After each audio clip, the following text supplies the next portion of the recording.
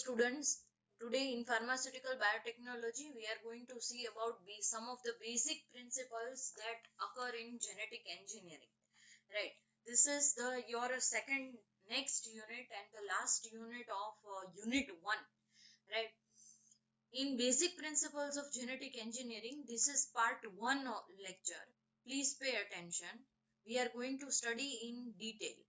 So let's see what is in genetic engineering. First of all, obviously the introduction part. Genetic engineering involves manipulation of genetic material towards a desired end in a direct and predetermined way. So what genetic engineering is, it involves actually the what can we say, manipulation, or you manipulate the genetic material to what actually you desire, what you want, right? In a direct, either it can be a direct way, you can either do it directly or in a predetermined way. It means you should have some blueprint with you that what you want to do with the genetic material. So that is called genetic engineering, right? This is the alternatively called recombinant DNA technology or gene cloning. So this is very famous and you might have heard the names also. આ જે નામ છે એમાં recombinant DNA એટલે કે એને શોર્ટમાં rDNA technology પણ કહેવાય છે or gene cloning. બરાબર. So I repeat again in different language. Genetic engineering છે એ તમે કોઈ બી genetic material હોય, genetic material in the sense it can be DNA, it can be RNA. બરાબર. એની અંદર તમે કોઈ પણ જાતનું મેન્યુપ્યુલેશન કરો છો. બરાબર. શું કામ એને મેન્યુપ્યુલેશન કરો છો? કેમ કે તમને ડિઝાયર્ડ પ્રોડક્ટ જોઈએ છે, ડિઝાયર્ડ એન્ડ પ્રોડક્ટ જોઈએ છે. એ કાં તો ડાયરેક્ટલી તમે કરી શકો, કાં તો તમે પહેલાથી ધાર્યું છે એના પ્રમાણે તમે ચેન્જીસ લાવી શકો. That is known as genetic engineering, right? Now there are some of the basic steps that are involved in genetic engineering. A basic step છે એ કંઈક આવી રીતે છે. આ સ્લાઇડ ને બહુ સારી રીતે યાદ રાખજો, કેમ કે આ બહુ ઇમ્પોર્ટન્ટ સ્લાઇડ છે. બેઝિક સ્ટેપ્સ ની અંદર સૌથી પહેલો સ્ટેપ જે આવે છે એ છે isolation of desired gene which is to be clone. બરાબર. પહેલા સ્ટેપમાં શું કીધું છે કે ભાઈ તમે કોઈ પણ ડિઝાયર્ડ જીન જે છે એને તમે પહેલા તો આઇસોલેટ કરો. બરાબર. આઇસોલેટ એટલે અલગ કરવું. બરાબર. Gene which is to be clone, જેનું તમારે શું કરવું છે, ક્લોનિંગ કરવું છે, right? Cloning is nothing but Xerox copy કરવી છે. બરાબર. Now second is cutting for foreign DNA molecule into fragments. DNA નું કોઈ પણ foreign molecule હોય તો એના fragment, લાસ્ટ લેક્ચર જે હતો વિડિયો લેક્ચર, એની અંદર મેં તમને કીધેલું હતું કે ફ્રેગમેન્ટ્સ એટલે શું. બરાબર. Cutting for foreign DNA molecule into fragments એટલે કે કોઈ બી ફોરેન નો ડીએનએ મોલિક્યુલ આવે એ હોય તો આખું ફૂલ જ, બરાબર, બટ એને તમે શું કરો છો, by any means you are cutting into fragment. એ ડિટેલમાં આવશે આગળ. અત્યારે we are going just into a brief of basic step, right? Third is selection of vector. You need to select a vector જે તમારા ફ્રેગમેન્ટને ડિઝાયર્ડ જીન સુધી લઈ જઈ શકે. બરાબર. એટલે કે it is just that vector will help to transfer your fragment from one side to another side, right? Fourth is insertion of desired DNA into another piece of DNA called vector using DNA ligase. So now vector માં પહેલા attach થવું જોઈએ. બરાબર. કોઈ બી fragment હોય, બરાબર, કોઈ બી desired DNA હોય, એ તમારા વેક્ટરમાં પહેલા તો ઇન્સર્ટ થવું જોઈએ, તો એ એક જગ્યાએથી બીજી જગ્યાએ એને લઈ જઈ શકશે. બરાબર. So fourth step is what? Insertion of desired DNA into another piece of DNA called vector using DNA ligase. Now see, આ સ્ટેપ સુધી અગેન હું ફરીથી તમને કહું છું, સિલેક્શન ઓફ વેક્ટર છે એ એક જગ્યાએથી બીજી જગ્યાએ તો લઈ જ જઈ શકે, but that vector is nothing. For example, try to understand your bike. બરાબર. કોઈ પણ બાઇક હોય, તમે બાઇક છે તમારી ચોઇસની સિલેક્ટ કરો છો. બરાબર. So that is nothing but અહીંયા તમે એને પ્રેક્ટિકલી જોવા જાઓ તો that is selection of vector. બરાબર. એ બાઇક ઉપર પછી શું ડિઝાયર્ડ ડીએનએ બેસશે, એનો મતલબ કે તમે એના ઉપર બેસો એટલે તમે શું થયા, ડિઝાયર્ડ ડીએનએ થયા, right? First of all I will start again with the first point. isolation of desired gene which is to be cloned. એટલે કે તમે just imagine કરી લ્યો કે તમે તમારી જાત જ છો જે તમે isolate પહેલા તો થઈ ગયા છો, બરાબર. cutting for foreign DNA molecules. Now what are you doing? You are uh, just cutting the foreign DNA molecules into fragment, right?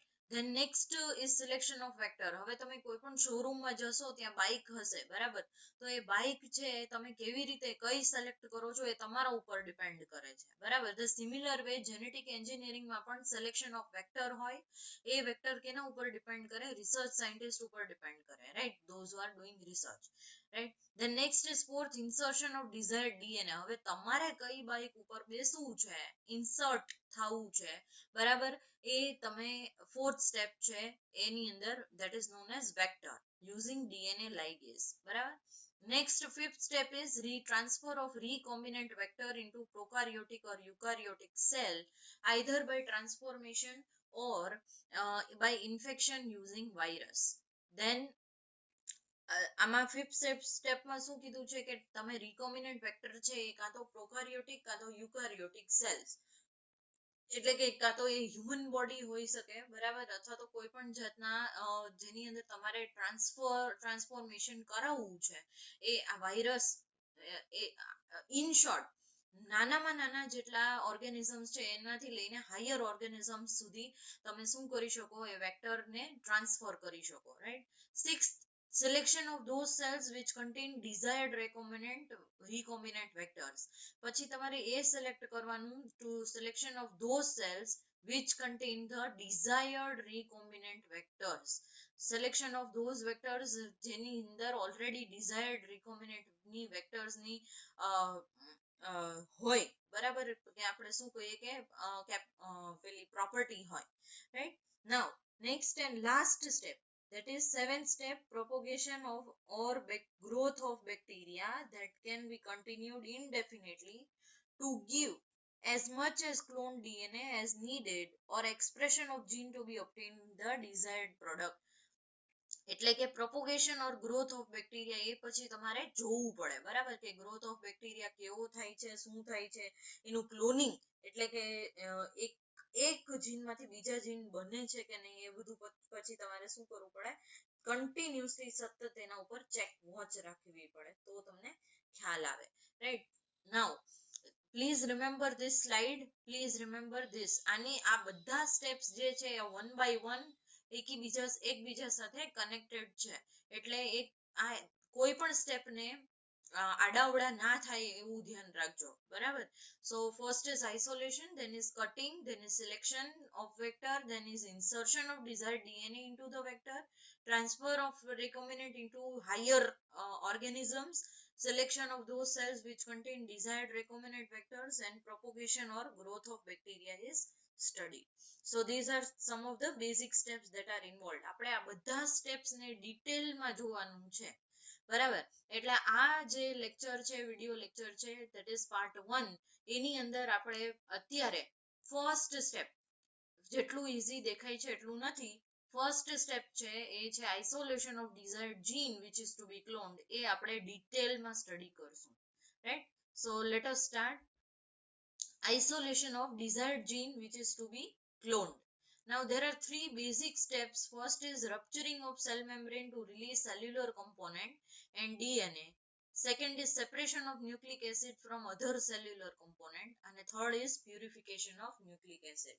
Now see, પહેલા હું આગળ વધું એની પહેલા થોડું ઘણું આના વિશે મારે કેવું પડે કે desired DNA isolated છે એ તમે ઘણા બધા living cells માંથી અલગ કરી શકો, બરાબર, ડિપેન્ડિંગ કે તમારે કઈ પ્રોડક્ટ જોઈએ છે. નાઉ ઘણી બધી મેથડ્સ છે એ અવેલેબલ છે અત્યારે કે જેનાથી તમે લિવિંગ સેલ્સ માંથી ડીએનએ કાઢી શકો, બરાબર. આઈડિયલી કોઈ પણ આઇસોલેશન હોય એ ન્યુક્લિક એસિડ નું, એ ન્યુક્લિક એસિડ નું ક્વોન્ટિફિકેશન છે એના ઉપર ડિપેન્ડ કરે છે, જે તમે સ્પેક્ટ્રોફોટોમેટ્રી મેથડ થી એનું એનાલિસિસ કરી શકો કે ડીએનએ આરએનએ કેવું છે એની અંદર, right. so this is generally basically higher જે organisms છે એમાંથી આ સ્ટેપ કરવામાં આવે છે કે પહેલા તો તમે શું કરશો ફર્સ્ટ સ્ટેપમાં કે સેલ મેમ્બ્રેન રપ્ચર કરી અને એની અંદરથી તમે શું કાઢો સેલ્યુલર કોમ્પોનન્ટ નીકળે અને એની સાથે ડીએનએ પણ નીકળી જાય બરાબર સેકન્ડ સ્ટેપ છે તમારે ન્યુક્લિક એસિડ ને અલગ કરવા પડે બરાબર Now, ideally, nucleic acid તમને ક્યાં જોવા મળશે? They occur naturally with protein and lipoprotein organelle. એટલે કે તમે પાસ્ટમાં તમે સ્ટડી કરી ગયા હશો કે સેલનું સ્ટ્રક્ચર શું હોય બરાબર ડિટેલમાં તો સેલની અંદર પ્રોટીન્સ હશે અને પ્રોટીન્સ અને લિપોપ્રોટીન ઓર્ગેનલ સાથે ન્યુક્લિક એસિડ પણ હશે જે તમારે સેપરેટ કરવા પડે રાઈટ અને એ ન્યુક્લિક એસિડ છે એનું તમારે પછી લાસ્ટમાં શું કરવું પડે obviously they should be purified બરાબર નાઉ નેક્સ્ટ થિંગ જે અહીંયા સમજવાની છે કે જનરલી કોઈ બી ડીએનએ હશે એ ન્યુક્લિયસ લિવિંગ સેલના ન્યુક્લિયસ ની અંદર ડબલ સ્ટ્રેન્ડેડ ડીએનએ સ્ટ્રક્ચર ની અંદર હશે એટલે કે હેલિકલ રિબન હશે જે તમે વારે વાર ડીએનએ નું સ્ટ્રક્ચર જોતા હોવ બરાબર તો તમને ખ્યાલ હશે કે એક ટાઈપની રિંગ્સ હોય રાઈટ તો એની રીતે જ કોઈ બી લિવિંગ સેલમાં અવેલેબલ હોય પણ આઇસોલેશન જે કામ છે આઇસોલેટ કરવું એટલે કે અલગ કરવું એ બંનેમાં પ્લાન્ટ સેલ અને એનિમલ સેલમાં થોડુંક અલગ રીતે થાય છે DNA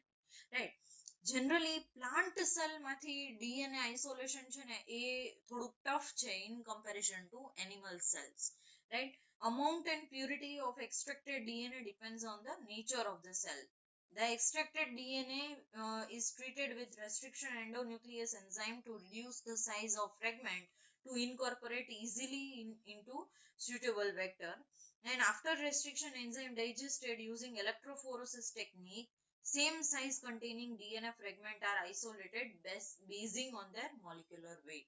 So there is a lot of difference in DNA structure in plant cells and animal cells. અહીંયા તમે જ્યારે એક્સટ્રેક્શન કરતા હો ગમે એવી રીતે ખાસ કરીને એનિમલ સેલ્સ માંથી તો ત્યારે તમારે રેસ્ટ્રિક્શન ડીએનએ એડ કરવું પડે જે રેસ્ટ્રિક્શન ડીએનએ સોરી એન્ડોન્યુક્લિયસ શું કરશે એ રેસ્ટ્રિક્શન એન્ડોન્યુક્લિયસ એન્ઝાઇમ છે એ ફ્રેગમેન્ટ્સમાં ડિવાઈડ કરી નાખશે ડીએનએ આના વિશે પણ આપણે લાસ્ટ લેક્ચરમાં વાત થઈ ગઈ હતી right Now, what these are the some of the basic step આ એક ખાલી સિમ્પલ ચાર્ટ ફોર્મમાં છે કે આ બેઝિક આઇસોલેશન પ્રોસેસમાં શું થાય તો કે પહેલા તો બેક્ટેરિયલ કલ્ચરનો ગ્રોથ અને હાર્વેસ્ટ તમારે કરવું પડે પછી સેલ વોલ છે એને રપ્ચર કરાવો અને સેલ એક્સટ્રેક્ટ પ્રિપેર કરો પછી નેક્સ્ટ છે purification of DNA by removing proteins and RNA purify કરવું પડે બરાબર ડીએનએ પ્રોટીન અને આરએનએ માંથી એટલે આ એક ટાઈપનું તમે કહી શકો કે ફિલ્ટર કરવું પડે બરાબર બેયને અલગ કરવા પડે અને પછી પ્યુરિફાઈ કરવા પડે next is concentration of the DNA last છે કોન્સન્ટ્રેશન કેટલું વધે છે એના એ ડિસાઈડ થાય અને તમે એ નોટ કરી શકો બરાબર but how exactly this happens bacterial culture growth અને હાર્વેસ્ટ તો કોમન વસ્તુ છે કોઈ બી તમે બેક્ટેરિયા તમારે ડિઝાયર્ડ બેક્ટેરિયા કલ્ચર ગ્રોથ છે તમારે ડિસાઇડ કરવું પડે but how cell wall rupture and cell extract is prepared તો એની મેથડ્સ છે જેવી રીતે ફિઝિકલ મેથડની અંદર મિકેનિકલ મેથડ્સ આવશે એટલે કે મિકેનિકલ ફોર્સેસ એ લાગશે કે તમે એને કોઈ પણ ઇન્સ્ટ્રુમેન્ટનો યુઝ કરીને એને રપ્ચર કરાવો છો બરાબર જેવી રીતે મિક્સર છે ગ્રાઇન્ડર છે etcetera right then also there is another method that is chemical method ની અંદર EDTA નો યુઝ સૌથી વધારે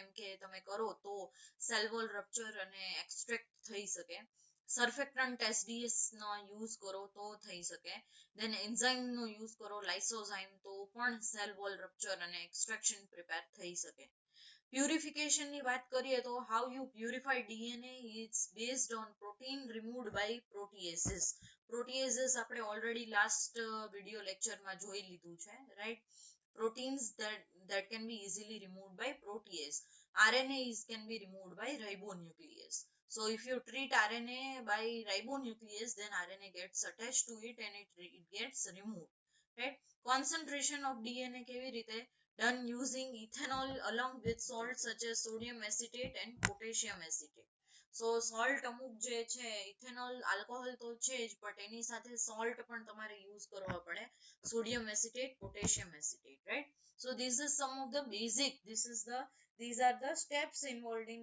isolation of genomic DNA from a bacterium now target DNA isolation હવે તમારે target DNA છે એને તમારે isolate કરવું છે તો એના માટેની methods કઈ કઈ છે first is cDNA second is genomic library third is chemical synthesis and last is PCR that is nothing but polymerase chain reaction આના વિશે પણ તમે પાસ્ટમાં નામ સાંભળી લીધેલું હશે આજના લેક્ચરમાં આપણે ખાલી cDNA library ઉપર ફોકસ કરશું what and how cDNA possible થશે તો આપણે we are going to cover the full PCR, chemical synthesis, genomic and cDNA library. So let us begin.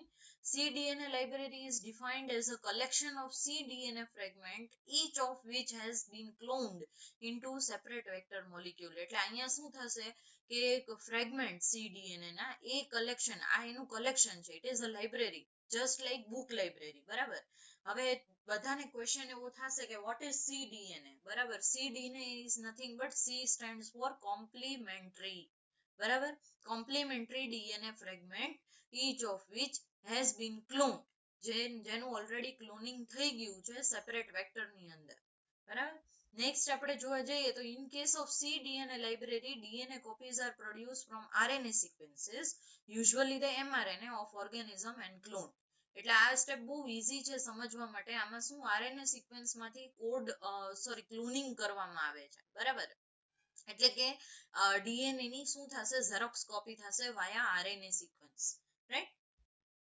it is called cDNA library because શું કામ એને આને cDNA library કીધું છે કેમ કે બધા જેટલા ડીએનએ છે આ લાઇબ્રેરીમાં એ mRNA થી કોમ્પ્લિમેન્ટરી છે and is produced by reverse transcription of the letter એટલે કે reverse transcription નો use કરી એ method નો use કરી અને પછી mRNA માંથી DNA બન્યા છે જે એનાથી કોમ્પ્લિમેન્ટરી છે રાઈટ નાઉ હવે કોમ્પ્લિમેન્ટરી એટલે તમને ખ્યાલ આવી શકે કે what is complementary is nothing but suppose કે કોઈ ઓરિજિનલ કોપી હોય ઓરિજિનલ કોપી માંથી તમે ઝેરોક્સ કાઢો છો ઝેરોક્સ સપોઝ કે એક પેજ ની ઝેરોક્સ તમે 100 ઝેરોક્સ કાઢી એક ઓરિજિનલ પેજ માંથી બરાબર તો એ 100 પેજીસ છે ને એ ઓરિજિનલ પેપર માટે કોમ્પ્લિમેન્ટરી છે એવું ગણવામાં આવે બરાબર so it is the same way that is why it is known as complementary DNA library right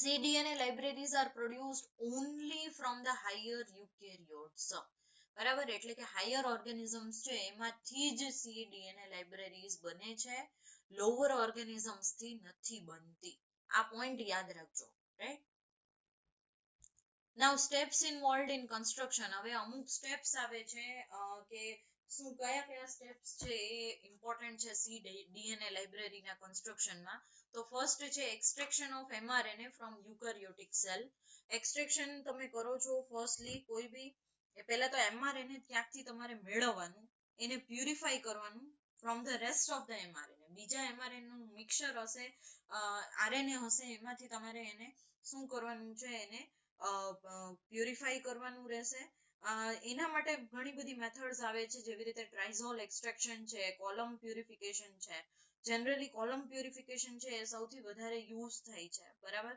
અને એનો યુઝ કરી અને mRNA છે એ અલગ કરવામાં આવે છે second is construction of cDNA from extracted mRNA એટલે કે જે તમે mRNA અલગ પાડ્યું છે બરાબર એ mRNA માંથી તમારે cDNA છે એ કન્સ્ટ્રક્ટ કરવાનું રહેશે બરાબર પણ આ જેટલું દેખાય છે એટલું ઈઝી નથી આની અંદર શું આવશે the principle of this method is that complementary DNA strand is synthesized using reverse transcriptase to make mRNA DNA duplex બરાબર જસ્ટ ઇમેજિન કરો કે તમે કોઈ ડ્યુપ્લેક્સ એટલે કે ઘર બનાવો છો બરાબર આ એના જેવું જ છે એ આવું વિચારશો તો જ તમને સમજાશે બરાબર the principle of this method is that complementary DNA strand is synthesized using transcriptase એટલે કે DNA complementary cDNA બને છે cDNA બનશે પછી એક RNA DNA complex ડ્યુપ્લેક્સ છે એ રેડી થશે બરાબર.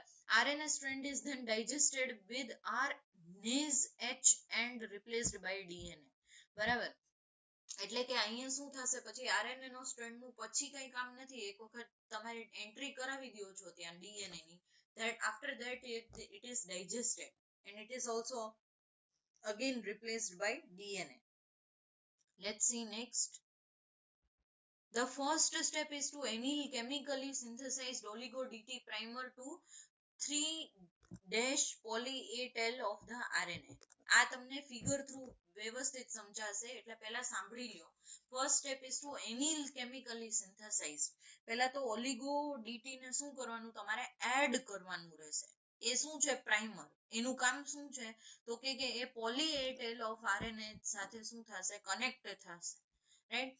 પ્રાઇમર ઇઝ ટિપિકલી જનરલી એ 10 થી 15 રેસિડ્યુઝ લોંગ હોય, and it primes by providing a free 3-end synthesis of first DNA strand in presence of reverse transcriptase and deoxyribonuclease. This leaves RNA DNA complex. Generally primer ના લીધેથી શું થશે, RNA DNA complex બનશે, right. Now let's see further. આ figure અહીંયા explain કરેલી છે, અહીંયા તમે જુઓ, અહીંયા શું મેન્શન કરેલું છે, the first ઉપરથી ચાલુ કરીએ તો mRNA નું સ્ટ્રેન્ડ જે છે, mRNA, રાઈટ, એમાં તમે ઓલિગો ડીટી પ્રાઇમર એડ કરો છો. એ પ્રાઇમર શું કરશે, સ્ટેબલ થવા માટે હેલ્પ કરશે mRNA. બરાબર. હવે અહીંયા ત્યાં રિવર્સ ટ્રાન્સક્રિપ્ટેઝ ની પ્રોસેસ થશે. રિવર્સ ટ્રાન્સક્રિપ્ટેઝ મીન્સ કે કોઈ ભી તમે mRNA છે એને સેટ થવામાં હેલ્પ કરો છો, રિવર્સ ટ્રાન્સક્રિપ્ટેઝ. બરાબર. નાઉ deoxynucleotide હશે એ પણ એટલા જ હેલ્પફુલ રહેશે. નાઉ યુ કેન સી કે સાઈડમાં લખેલું છે mRNA અને cDNA. બરાબર. થર્ડ માં આપણે આવીએ તો ફર્સ્ટ 2 સ્ટેપ અને થર્ડ સ્ટેપમાં શું થશે, ડ્યુપ્લેક્સ તમારું બની ગયું. બરાબર. ધેટ ઇઝ યોર ડ્યુપ્લેક્સ, જેમાં mRNA અને cDNA છે.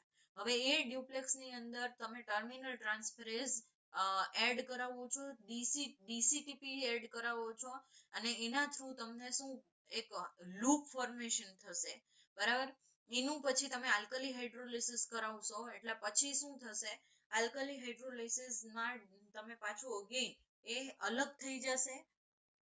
ડીએનએ પોલિમરેઝ તમે એડ કરાવશો અલગ અલગ, અને પછી તમે લાસ્ટમાં ન્યુક્લિયસ એડ કરાવશો, એટલે તમને cDNA છે એ રેડી મળશે.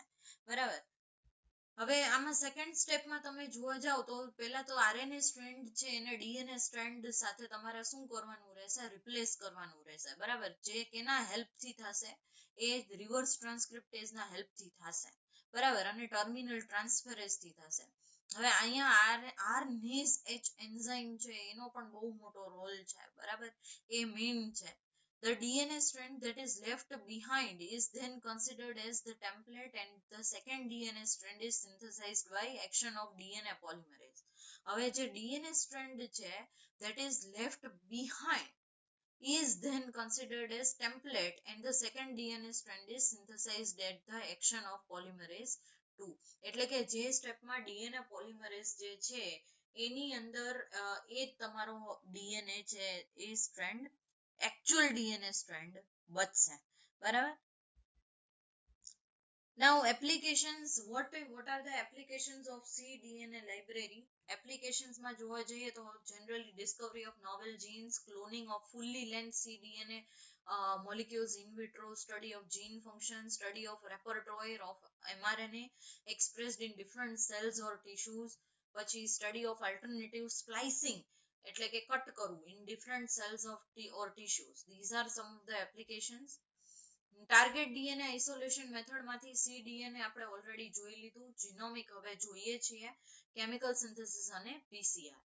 So genomic library represents entire genome of individual animal, bacteria, plant, virus under study, or it is a collection of cloned segment of DNA containing at least one copy of every gene from particular organism. એટલે અહીંયા બધા આવી જાય, bacteria, plant, virus, animal etcetera. બરાબર. એ બધામાંથી શું કરવાનું, genome એટલે કે એને ડીએનએ છે એ તમે ક્લોન કરેલા ડીએનએ છે એ ભેગા રાખો છો, that is known as genomic library. ઓલું સીડ લાઇબ્રેરી સીડીએનએ હતું એ શું હતું, કોમ્પ્લિમેન્ટરી, એટલે કે તમે ચેન્જ કરીને સિન્થેટિકલી બનાવો છો, બટ આ લાઇબ્રેરીમાંથી તમે directly bacteria, animal, plant, virus માંથી અલગ કરો છો. બરાબર. સ્ટેપ શું છે? સૌથી પહેલા ઓબ્વિયસ છે, ડીએનએ ને અલગ કરો, એને ફ્રેગમેન્ટમાં સુટેબલ સાઇઝમાં કટ કરો using restriction endonuclease, incorporation of DNA fragment into suitable vector, introduction to suitable host like bacteria. બરાબર. Next, maintenance of the clone. બહુ ઇઝી સ્ટેપ્સ છે. પહેલા આઇસોલેટ કરો, એને ફ્રેગમેન્ટમાં કટ કરો, સુટેબલ વેક્ટરની અંદર અટેચ કરો ફ્રેગમેન્ટને, અને એને હોસ્ટની અંદર ઇન્ટ્રોડ્યુસ કરાવો અને એને મેન્ટેન કરો. એપ્લિકેશન્સ જનરલી શું છે? Determination of complete genome sequence of given organism serves as a source of genomic sequence for generation of transgenic animals through genetic engineering, study of function of regulatory sequences in vitro, study of genetic mutation in cancer tissues, identification of novel pharmaceutical important genes. આટલા છે એના શું છે? જીનોમિક લાઇબ્રેરીના use છે in understanding complexity of genes. Chemical synthesis છે એ third, જીન machine generally હોય એનો use કરીને કરવામાં આવે છે, ઓર ડીએનએ સિન્થેસાઇઝર પણ એને કહેવાય, and it is used to synthesize desired gene which is automated machine and synthesize DNA chemically from free nucleotide. Generally gene machine ની અંદર શું હશે? 10 કન્ટેનર હશે, સિન્થેસાઇઝર કોલમ હશે, વાલ્વ હશે, સ્પેક્ટ્રોફોટોમીટર હશે, પ્રોગ્રામ્ડ કોમ્પ્યુટર હશે. It synthesizes DNA by forming oligonucleotide. Gene synthesis કેવી રીતે થશે? તો કે પહેલા એનું આઇસોલેશન, પ્યુરિફિકેશન કરાવો, ડિડક્શન ઓફ ન્યુક્લિયોટાઇડ સિક્વન્સ, એટલે કે એની સિક્વન્સ છે એની થોડી કટ કરી નાખો. બરાબર. there is a method જેને કહેવાય phosphoramidite method is best DNA synthesizing method to synthesize desired DNA sequence. Computer is programmed to make nucleotide sequence of one of unit. The reagent of nucleotide are filled in container to prevent side reaction. Amino group of nitrogenous base attached to DMT methyl group diisopropylamine group, and this is chemically protected nucleotide is called phosphoramidite. Phosphoramidite. And that's why this process is known as phosphoramidite method. આ phosphoramidite method જે છે એ best DNA synthesise કરવાની method છે, અને આની અંદર generally કોમ્પ્યુટરને એવી રીતે પ્રોગ્રામ કરવામાં આવે છે કે ન્યુક્લિયોટાઇડ સિક્વન્સ છે એ one by one unit wise છે એ ફોર્મ કરે. બરાબર. This is totally based on computer, right. Target DNA isolation મેથડમાં સીડીએનએ, જીનોમિક અને કેમિકલ આપણે ઓલરેડી સ્ટડી કરી લીધું છે. Now we are going to last PCR. PCR is the most famous polymerase chain reaction method of making multiple copies of DNA using enzyme DNA polymerase. એટલે કે આ જે કોમ્પ્લેક્સ છે એન્ઝાઇમ ડીએનએ પોલિમરેઝ, એના through DNA ના copies બનશે. Generally it is carried out in vitro, અને આ એક ટાઈપની enzymatic method છે. Why? Because enzyme is used, right? It was developed by Carl Mullis in 1983. It is very simple, inexpensive technique for characterization, analysis and synthesis of specific fragments of DNA or RNA from virtually any living organisms, right? It helps to amplify a single copy or few copy of DNA into thousands to millions of copies. બરાબર. એટલે કે identify કરવામાં આનો બહુ મોટો role છે. બરાબર. પર ડીએનએ ની કોપીઝ ને, right? Please remember this. આ કદાચ MCQ માં પૂછાઈ શકે, right? Now PCR reactions are first of all run on thermal cycles using following component. Template છે, સૌથી પહેલા તો DNA ને એમ્પ્લિફાઈ કરવાનું. પ્રાઇમર નું કામ શું છે? It is small.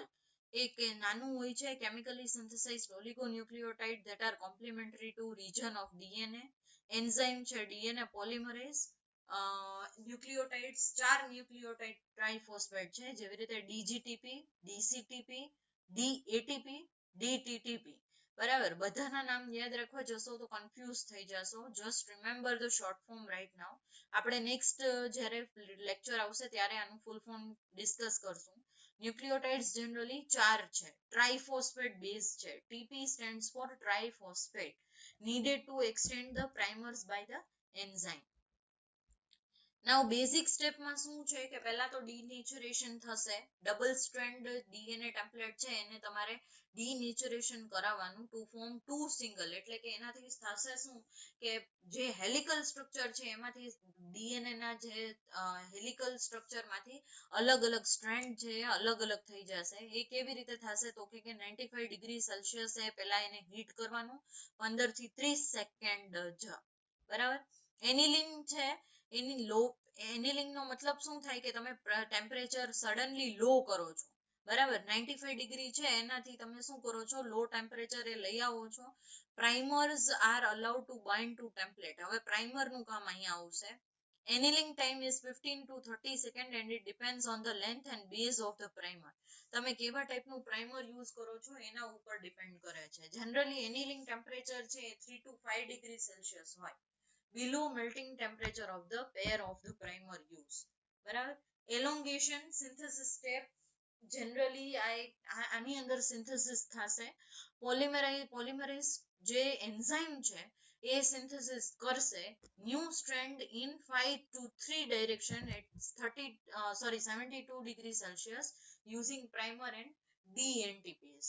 બરાબર, એટલે અહીંયા પ્રાઇમર અને ડીએનટીપી નો યુઝ કરીને એન્ઝાઇમ છે એ શું કરશે, સ્પેસિફિક ટેમ્પરેચરે તમારો ડીએનએ સ્ટ્રેન્ડ, જનરલી ડીએનએ નું સ્ટ્રેન્ડ તમે જોવા જાવ ને તો એની ડાયરેક્શન ઓલવેઝ 5 to 3 એવી રીતે હોય.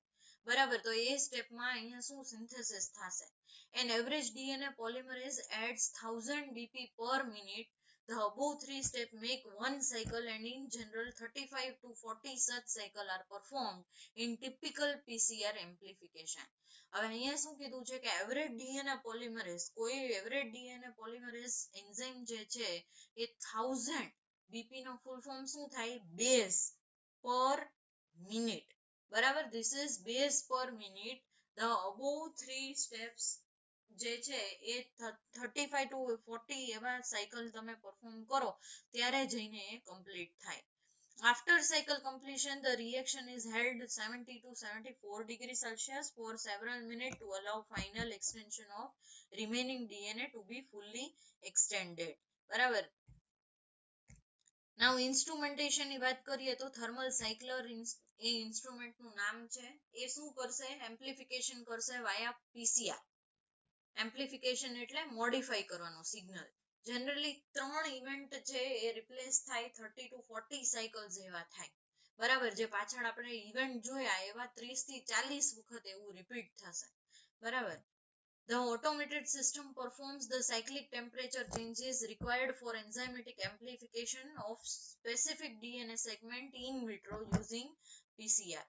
એટલે આમાં ઓટોમેટિક સિસ્ટમ છે, સાયક્લિક ટેમ્પરેચર છે એ પરફોર્મ થશે અને ટેમ્પરેચર ચેન્જીસ છે એ તમે કરી શકશો. બરાબર, અને આ બધું કેવી રીતે થશે, ઇન વિટ્રો.